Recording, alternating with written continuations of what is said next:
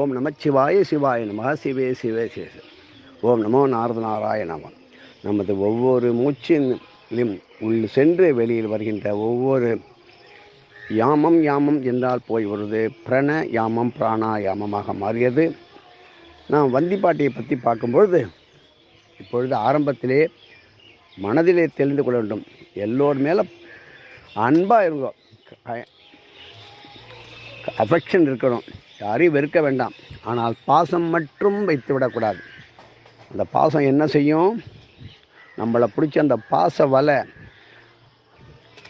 நம்ம சொல்லுவோம் இல்லையா, எம்மன் வந்துட்டான் பாசக்கயிறு போடுறான்னு, அந்த மாதிரி ஒரு பாச வலையில் மாட்டினாக்க நம்ம தூள் தூள் ஆகிடுவோம். பாச வலையில் மாட்டினால் தப்பிக்க முடியாது. எல்லாருமேலாம் அஃபெக்ஷன் அனுபவம். பிள்ளை குட்டி பேரன் மருமக மேலே அன்பாக இருங்கோ. ஆனால் பாசம் வைத்து விட்டால் அதிலிருந்து கண்டிப்பாக தப்பிக்க முடியாது. அதுதான் நம்முடைய வாழ்க்கையினுடைய சக்கரத்திலே ஒரு இடம் சிக்கி கொள்வது. எங்கே எவ்வளோதோ தானம் பண்ணுவீங்க, தர்மம் பண்ணுவீங்க, நல்லதே பண்ணிட்டு இருப்பீங்க. எனக்கு என் பிள்ளை தான் செய்ய போகிறான், என் பொண்ணு தான் செய்ய போகிறா, எங்கள் மாட்டு பொண்ணு தான் செய்ய போகிறா, நம்ம வீட்டில் வேலை செய்கிறோம் தான் செய்ய போகிறாங்க, என்னுடைய அசிஸ்டண்ட் தான் செய்ய போகிறாங்க. கண்டிப்பாக நம்பாதீர்கள்.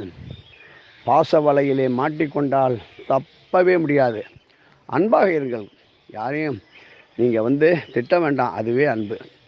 எப்படி காருண்யங்கிறது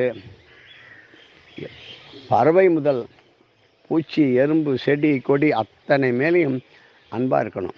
அது மேலே கூட பாசம் வைக்கக்கூடாது. ஏன்னா மறுபடியும் மரமாகக்கூடாது, தோண்ட நேரம். அப்படியெல்லாம் 85 லட்சம் பிறவிகளை கடந்தானே இந்த மனுஷன் ஜென்மம் எடுத்துருக்கோம். இப்போ நம்ம யார் மேலே பாசம் வைக்கணும்னு கேட்டேன்னா நம்முடைய குரு மேலே வைக்கணும்.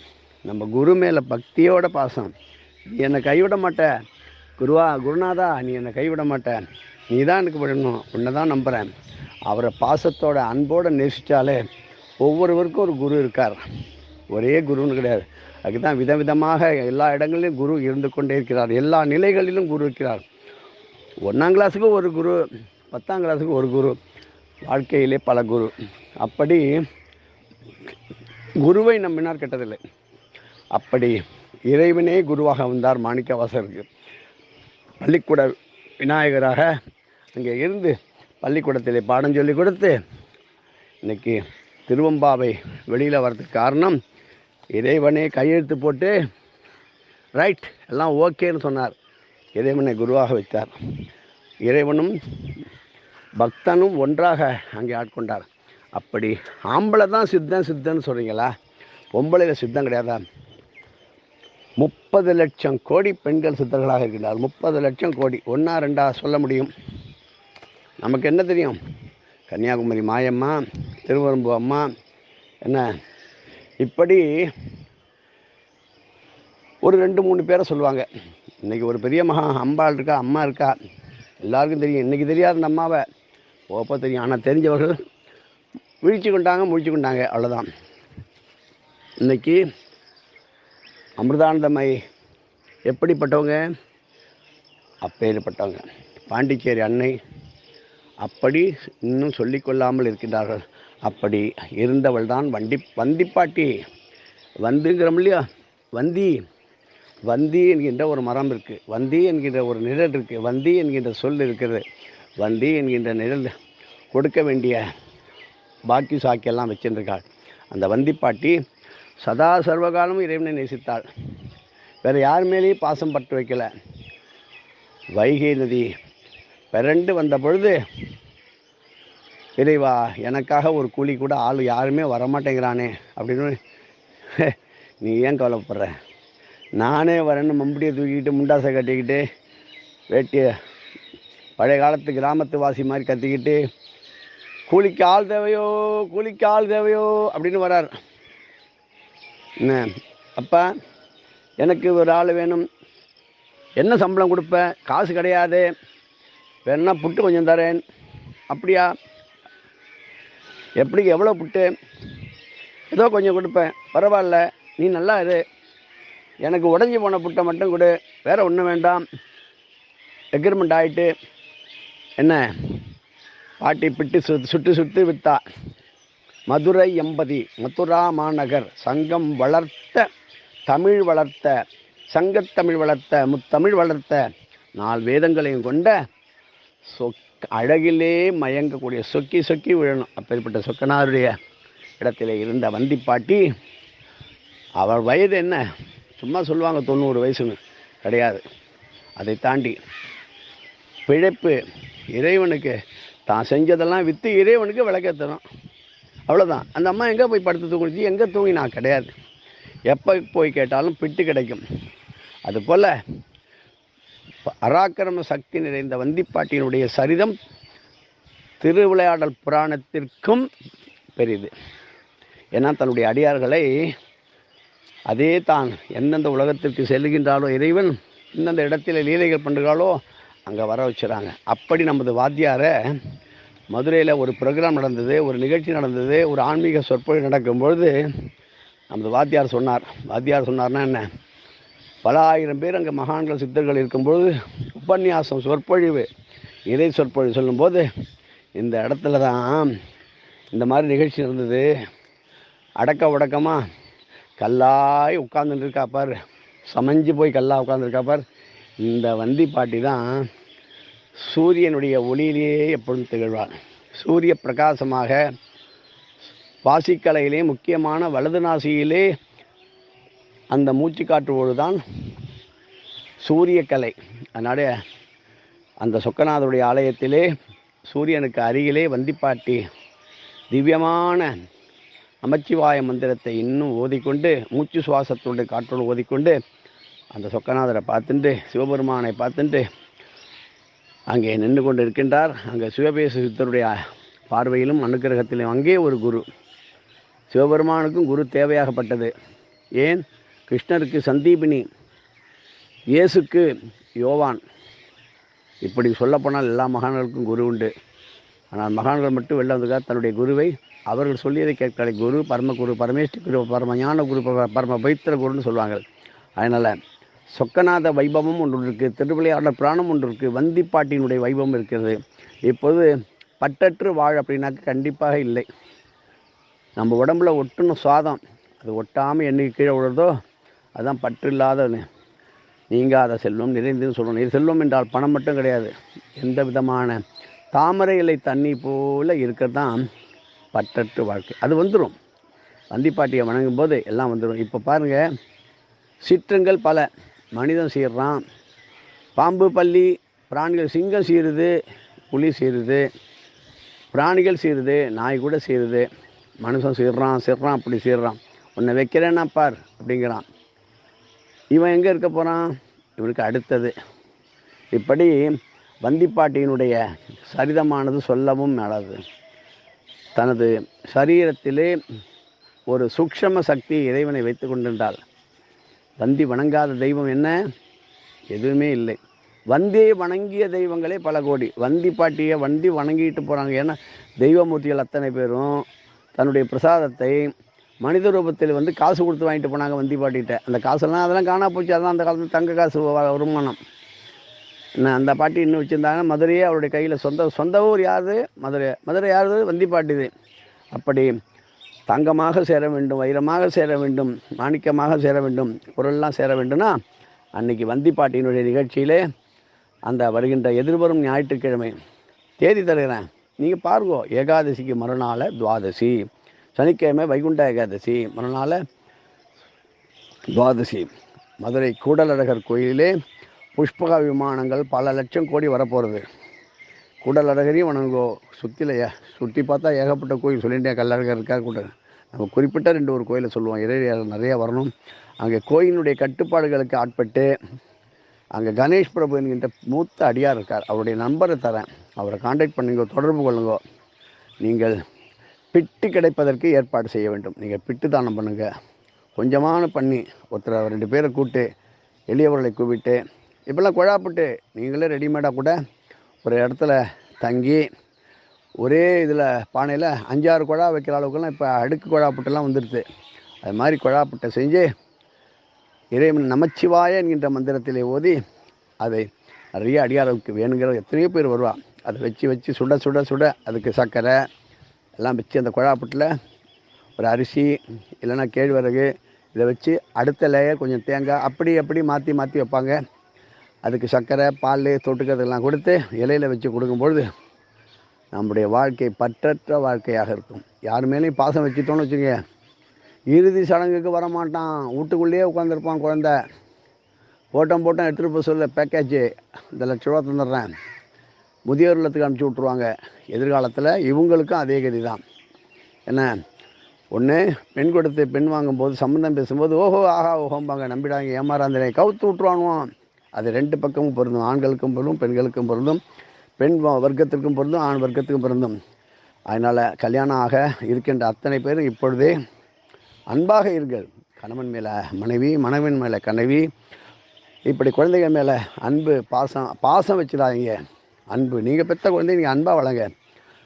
என்ன சொல்லிக் கொடுங்க, தாயாக தந்தையாக இருந்து சொல்லிக் கொடுங்கள். ஆனால் பாசம் வைத்து விடாதீர்கள். வேஷம், பாசமெல்லாம் வேஷம், திரும்பி தாக்கும் நம்மளை. அவங்கக்கிட்ட கையால் அடி வாங்கணும், எத்தி உதப்பாங்க. பெருசு, கிளவி வாயை பொத்திக்கிட்டு கீழே போல்ட்டு டாப்பு எகிரிடும். இந்த வேலை தேவையா? வரப்போகின்றது 12 அடி உயரம் அலைவரும் என்று எழுதப்பட்ட கருத்தை வாசிக்கப்பட்டது. என்ன எதெல்லாம் அவசரமாக கிளம்பியதோ, மின்சாரம் எப்படி முக்கியமோ அது இல்லாமல் வேதனை. கையால் கொடுத்தா நான் வாங்கி சாப்பிட மாட்டேன், உங்கள் கையால் நான் வாங்கி சாப்பிட மாட்டேன், நீ எனக்கிறதுக்கு சம்மந்தம் இல்லை, ரைட், வாங்கி கூட சாப்பிடக்கூடாது. நம்ம சொன்னோம் எதிர்காலத்தில் மிக விரைவில் சமையலுக்கு எந்திரம் வரும், சாப்பாடு பரிமாற எந்திரம் வரும். நேற்று ஒரு முக்கியமான ஒரு 5-6 பேர் தொடர்பு கொண்டு ஒருத்தரோட பேசிகிட்டு இருந்த நாங்களும் பார்த்தோம். என்ன சார் இது என்ன அநியாயமாக இருக்குது, ஜேசிபியில் சாப்பாடை போட்டு அனுப்புகிறாங்க. ஆரம்பம் இதுதான். எந்திரத்து மூலமாக சாப்பாடு வந்துருச்சு பாருங்கள், அதுவே சமைக்க ஆரம்பிச்சிடும். ஒரு எந்திரம் வரப்போகுது, சமையல் போட்டு வைக்க போகுது. ஏன் மனிதனால் போகிறதுக்கு பயம்? தண்ணியில் போடுவோமோ, காணா போடுவோமோ, வெள்ளத்தில் போடுவோமோ, காற்றுல போடுவோமோ, பயத்தில் போடுவோமோ, ஆழத்தில் போடுவோமோ. எந்திரமயமான வாழ்க்கையை நம்பி வாழ வேண்டிய நிலைமை ஏற்பட்டுடும். அன்னதானத்துக்கு ஐயா வராங்களா, அடியார் வராங்களா அப்படின்னு நினச்ச காலம் போக போக இன்னொரு 10-20 வருஷத்துக்குள்ளே அன்னதானம் பண்ணுறதுக்கு மிஷின் என்ன வருது? சாணக்கியா ரோபா வருதா, மாயக்கியா ரோபா வருதா? அப்படி இறக்க போகுது. அது என்ன போட்டு சமைச்சது? உங்களுக்கு உப்பு தேவையா, புளி தேவையா, காரம் தேவையா, ஒன்றும் கேட்காது. அது பண்ணி வச்சதை நம்ம சாப்பிட்டுட்டு போகணும். அது சொல்கிறதுக்கெல்லாம் நம்ம தலையாட்டணும், இல்லைன்னா அடி பலமாக விழும். நம்ம வெறுங்கையால் அடிக்கும்போது, கம்பை வச்சு அடிக்கும்போது ஏன்டா அடிச்சேன்னு கோர்ட்டில் வழக்கு போடுறாங்க. மிஷின் மேலே யார் வழக்கு போட முடியும்? ஆனால் நீதிமன்றத்திலும் நீதி தீர்க்கின்ற ஒரு எதிர்காலத்திலே ஒரு எந்திரம் வர இருக்கின்றது. ஆட்சி செய்கின்ற எந்திரம் வரப்போகின்றது.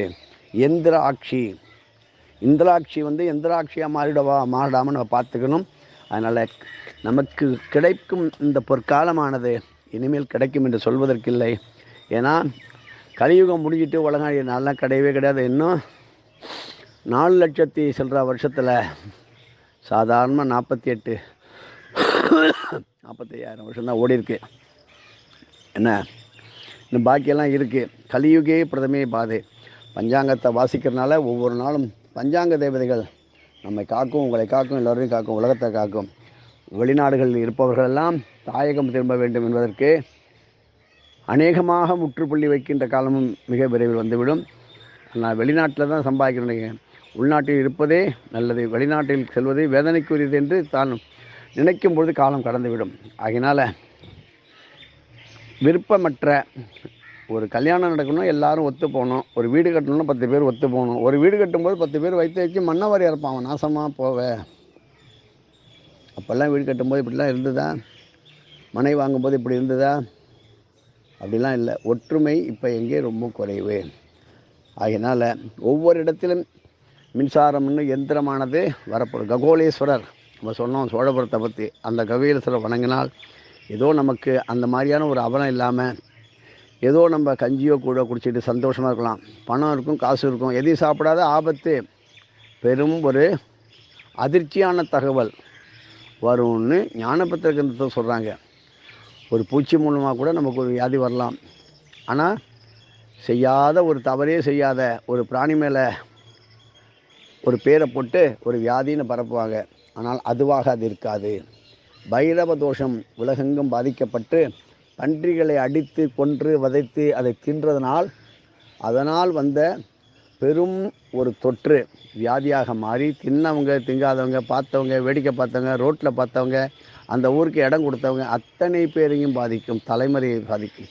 அதனால் பன்றிகளை கொன்றதுனால் இன்றைக்கி பூமி நடுங்குது, ஒரே நடுங்குது. என்னடா நாடு நடுங்குது, நடுங்க செஞ்சிட்டானே? கிடையாது. தயவு செய்து அரசாங்கத்தில் உள்ளவர்கள் அதற்கு ஒரு தடை போட்டால் நீங்கள் நன்றாக இருப்பீர்கள் என்று நம்ம கேட்டுப்போம். அவள் பண்ணுறதும் பண்ணாதான் இஷ்டம். அரசாங்கம் சொன்னால் கேட்க போகிறாங்களா? அந்த அரசாங்கம் ஒழிக, இந்த அமைச்சர் ஒழிக, அந்த கட்சிக்காரங்க ஒழிக. பன்றிகளை சித்திரவதை செய்து கொன்று, அதுவும் ஞாயிற்றுக்கிழமை அன்றைக்கி பண்ணுறாங்க பாருங்கள். நிறைய பேர் சொல்லியிருக்காங்க, பன்றிகளை கொன்ற பாவம், நாய்களை சுட்டது அப்படி கொத்து கொத்தாக. தெருநாய்கள்னு சொல்லக்கூடாது, அதெல்லாம் பைரவர், அதனுடைய சாபங்கள் உலகெங்கும் மீண்டும் பரவ இருக்கின்றது. அதிலிருந்து பாதுகாத்து கொள்வதற்கு ஒரு உபாயமாக நமக்கு ஒரு நல்ல பாதுகாப்பாக இருப்பதற்கு மதுரை மீனாட்சி அம்மன் சுந்தரேஸ்வருடைய ஆலயத்திலே, திருசன்னிதானத்திலே, ஆலயத்துக்குள்ள அக்னி வீரபத்தர், அகோர வீரபத்தர், பலிபீடம், கொடிமரம், நந்திமூர்த்தி, துவாரபாலகர். அப்படியே நேராக போகும்போது இடதுகை பக்கம் தந்தால் சூரியன், சிவசூரியன். அதுக்கு பக்கத்தில் வந்தி பாட்டி இருக்கா.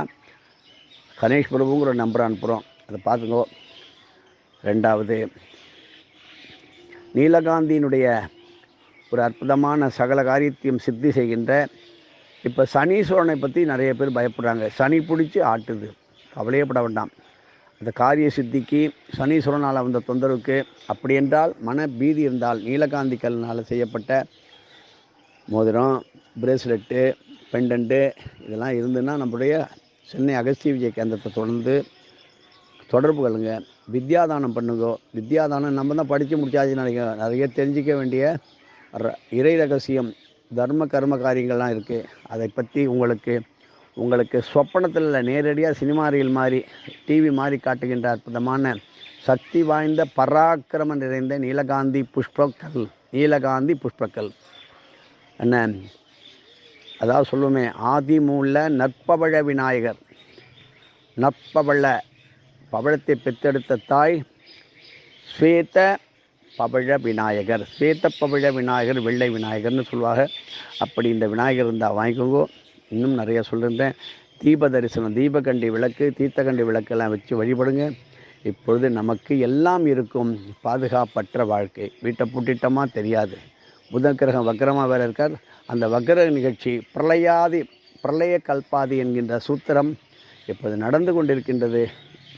அது நிறைவேற வேண்டுமென்றால் நாம் தான் தினமும் அண்டங்காக்கை, காக்கை, குருவி, பட்சி, பசு, நாய்களுக்கெல்லாம், ஆடுகளுக்கெல்லாம் நாம் யாரோ வளர்க்கணும்னு நினைக்கக்கூடாது, உதவி செய்யணும். கிராமத்து கோவில், எல்லை கோவில், வனத்தில் இருக்கின்ற கோயில், மலை மேல் இருக்கின்ற உயர்ந்த நிலையில் உள்ள எத்தனையோ மலையில் முருகப்பெருமானும் இருக்கான், சீனிவாச பெருமானும் இருக்கான், கல்லழகனும் இருக்கார்.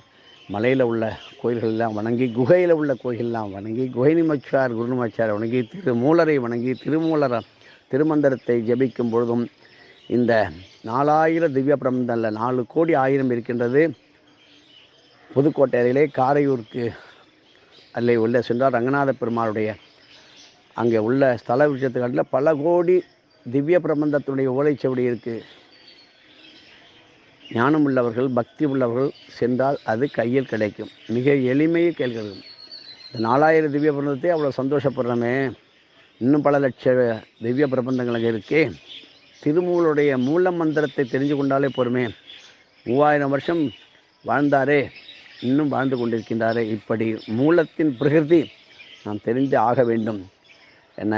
என்ன பெரிய பெருக்கெடுத்து ஓடுற மாதிரி ஓடுற, அதே மாதிரி பெண்களுக்கு ஏற்படுகின்ற மெனோபாஸ் என்கின்ற ஒன்றும், மாதவிடாயினால் ஏற்படும் பிரச்சனையும், ஒரு நல்ல காரியம் ஆரம்பிக்கும் போது வீட்டுக்கு விளக்கு, அது வராமல் பாதுகாக்க அந்த பவள பிரேஸ்லெட் ஒரு கை வளையல், பாதுகாப்பு வளையல், அது இன்னும் நிறையா சொல்லலாம். வயிற்றில் யூட்ரஸில் கட்டிங்கிறாங்க, ஃபைப்ராய்டுங்கிறாங்க, அத்தனையும் இருக்கின்ற 1 2 இருக்குதுன்னு சொன்னாங்க. என் மனசு கேட்கல. அவங்க சொல்லாதேன்பாங்க. என்னிட்ட சொன்னால் நான் சொல்லிவிடுவேனா, சொல்லாதேம்பாங்க. யாருக்கோ ஒருத்தர் போய் சேரட்டும் வந்து என்னுடைய ஆசை. அதாவது சொல்லுவாங்களே, ராமானுஜர் என்ன சொன்னார், என் மண்டை தெரிஞ்சாலும் பரவாயில்ல, நான் நாராயணனுடைய பேரை சொல்வேன்னு திருக்கோஷியூர் எழுதி கத்துனார்ல, அது மாதிரி நான் என்ன என் கேடு கெட்டு போனாலும் பரவாயில்ல, நீங்கள் நன்னா இருங்கோ, எதுவும் என்னுடையதெல்லாம் அனைத்து உடையதே அருளாளா அருணாச்சலா ஓம்.